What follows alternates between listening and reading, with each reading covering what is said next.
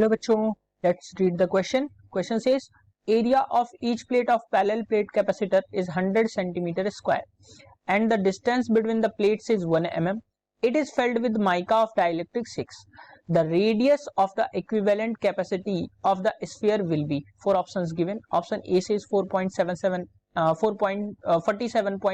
mm. Option B says 4.77 meter. Option C says 477 metre and option D says none of the above. बच्चों यहाँ पे बात करेंगे हम इसके सॉल्यूशन की। सॉल्यूशन में हम देखेंगे की कॉन्सेप्ट को। तो ध्यान रहे बच्चों, यहाँ पे बोला जा रहा है कि कैपेसिटेंस जो है वो अगर पैरेलल प्लेट कैपेसिटर की अगर हम बात करें तो उसका कैपेसिटेंस जो होता है, मैं यहाँ पे लिख देता हूं, capacitance of a parallel plate capacitance of parallel plate capacitor filled with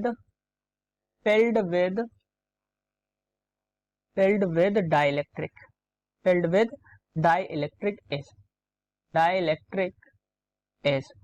तो डाइलेक्ट्रिक होता है तो बच्चों क्या होता है, जो कैपेसिटेंस वो हो जाता है epsilon nought A k by D, जहां पे ए जो है बच्चों एरिया है और के जो है डाइलेक्ट्रिक कांस्टेंट है।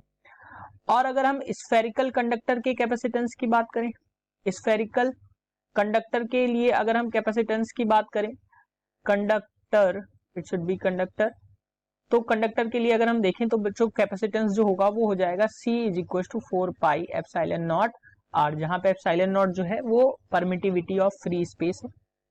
अब क्वेश्चन के अकॉर्डिंग जो C कैपेसिटेंस जो है डाइलेक्ट्रिक पैरेलल प्लेट का और यहाँ पे कैपेसिटेंस जो है स्फीयर का है, ये दोनों इक्वल हैं। तो अगर हम इसके अकॉर्डिंग रखें epsilon nought A k by d is equal to 4 pi epsilon nought r के बराबर हमें मिलेगा। यहां से अगर हम वैल्यूज को देखें, एप्सिलॉन नॉट से एप्सिलॉन नॉट कैंसिल आउट हो रहा है बच्चों, तो जो रेडियस की वैल्यू मिलेगी वो आपको मिल जाएगी ए के अपॉन डी। तो जो आपको रेडियस की वैल्यू मिल रही है ए के अपॉन डी और 4 पाई का और मल्टीप्लाई हो जाएगा, तो 4 पाई इंटू डी के बराबर रेडियस की वैल्यू हमें यहाँ पे मिल रही है। तो यहाँ पे अगर हम आर के लिए वैल्यूज को पुट करें तो एरिया बच्चों गिवन है, एरिया जो गिवन है 100 सेंटीमीटर स्क्वायर का पैरेलल प्लेट के बीच में, तो एरिया अगर हम मीटर्स में चेंज करेंगे तो ये आ जाएगा 100 into 10 to the power minus 4 metre square. और अगर हम k की वैल्यू देखें तो k है बच्चों 6 और पाई की वैल्यू हम 3.14 पुट कर देंगे। तो यहां से d की वैल्यू भी गिवन है बच्चों, d की वैल्यू जो गिवन है स्लाइड में देख लेते हैं, जो d की वैल्यू गिवन है वो 1 mm है। तो इसको बच्चों हम मीटर में चेंज करेंगे तो d की वैल्यू आ जाएगी 1 into 10 to the power minus 3 metre के बराबर, ये क्वेश्चन में गिवन है। तो यहां से अगर हम वैल्यूज को पुट करें तो ये आ जाएगा बच्चों 100 इंटू वैल्यूज को पुट करेंगे तो 10 की power minus 4 into dielectric constant 6 upon d की वैल्यू है बच्चों 1 into 10 to the power minus 3 into जो 4 पाई यानी पाई की वैल्यू हम रखेंगे तो 4 इंटू पाई की वैल्यू 3.14। तो यहाँ इसको अगर हम सॉल्व करेंगे तो ऊपर आ जाएगा बच्चों 15 अपॉन 3.14, जो वैल्यूज आएंगी वो आ जाएंगी बच्चों 15 अपॉन 3.14।